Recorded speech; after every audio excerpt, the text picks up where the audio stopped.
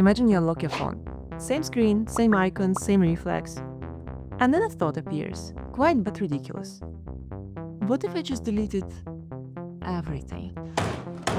No Instagram, no maps, no games, nothing. Just silence. Would your life collapse or would you finally calm down for once? Most of us would never actually do that, but what would really happen if we did? Let's run a simulation.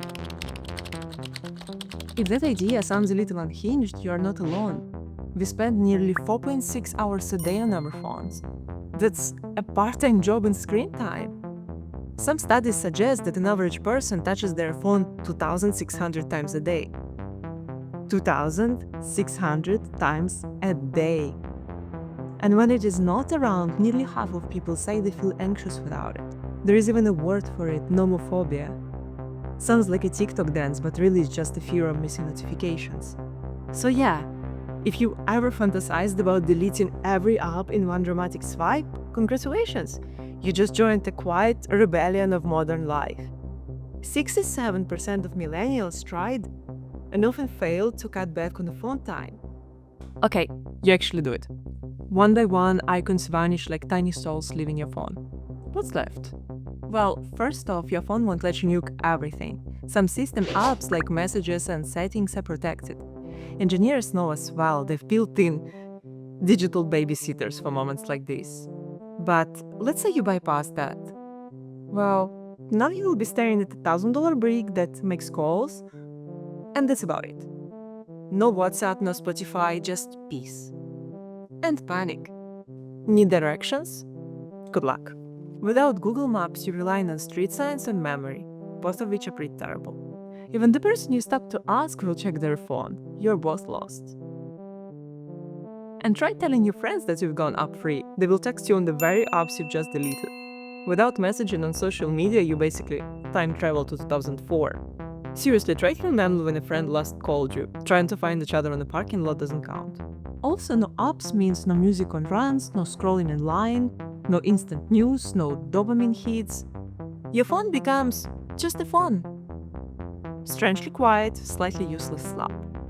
And for a moment it's peaceful, but then your thumb twitches. Up to 90% of people report phantom vibration. The ghost buzz of a phone that is not even there. And let's be honest, why would anyone even want to delete every app?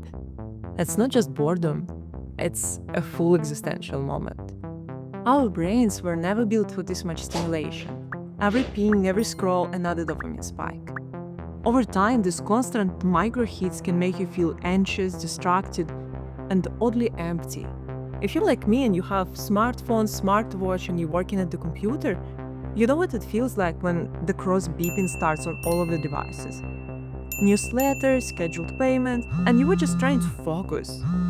Several studies from Zim Health to Journal of Mental Health and Technology link heavy social media use to higher anxiety and worse sleep. So that while deleted all thought, that's your brain's emergency brake, a way of saying, I'm done.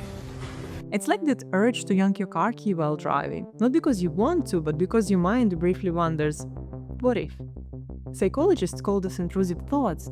They're not signals of desire, they're tiny mental simulations of chaos. And deleting every app, that's the digital version of that.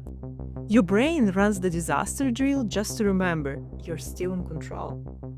Because, let's face it, sometimes it feels like our phones are driving us. You open Instagram without thinking, you scroll before bed, after waking up, while eating. Deleting everything is the ultimate power move. A hard reboot of your attention span. And here's the thing, it actually works. Studies show that even short digital detoxes, a week of social media, 30 minutes less a day, lead to better mood, focus, and sleep.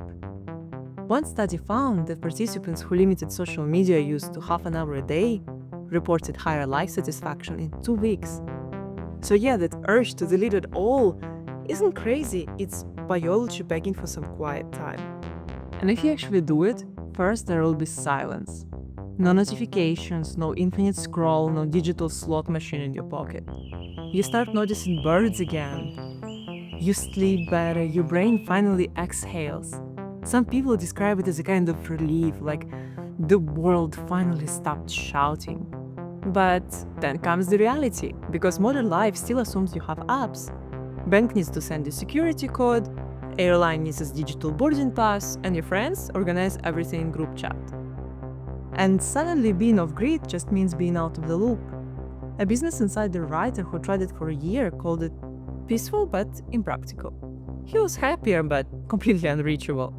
So yeah, that's freedom, just with a few missed messages. So, what do we even do with all that? Because deleting every app sounds heroic until you remember that life, unfortunately, still expects you to have one for your taxes. I don't know what the perfect balance is. I'm figuring it out too. Honestly, I think we all are. But wiping your phone clean sounds like the wrong kind of detox. The same way that quitting food altogether isn't the smartest diet plan. I feel like the real trick isn't quitting, it's learning to stay, to live with the thing without letting it eat you alive. Maybe that's the point of this whole experiment. Not deleting the apps, but noticing the urge to. Because that moment when you picture throwing your phone into the ocean, it's not insanity, it's awareness. It's your brain trying to tap out of the noise. We live in a world where a tiny device can connect, entertain, and occasionally ruin your day, and all before breakfast. We don't have to throw it away to take control, but we have to remember that technically we could. And that thought alone, it's kind of freeing. And maybe, sometimes, it's enough.